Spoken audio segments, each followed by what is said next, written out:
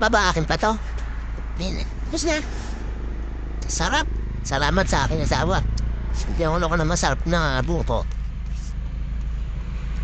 Alright, punta tayo sa shop ngayon mga kaibigan. Dito tayo sa highway ng Pila. Alright. Yo, good day mga bossing. Rarasing lang natin. Shoutout po sa mga tropa natin dyan. Dito tayo ngayon sa shop. Shop mo to. Boss Marlon, leasing-leasy. Kaya meron po sila nakababang makina. Dahil sabi ng mga check. Si Boss Erwin nandito pala. At ito si Boss Marlon. Yun, shoutout po, maraming tayo mga customer. Maraming salamat.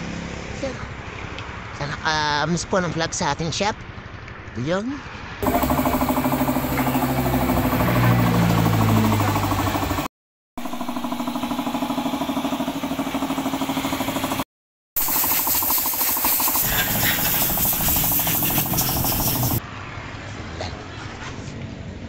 Maraming salamat.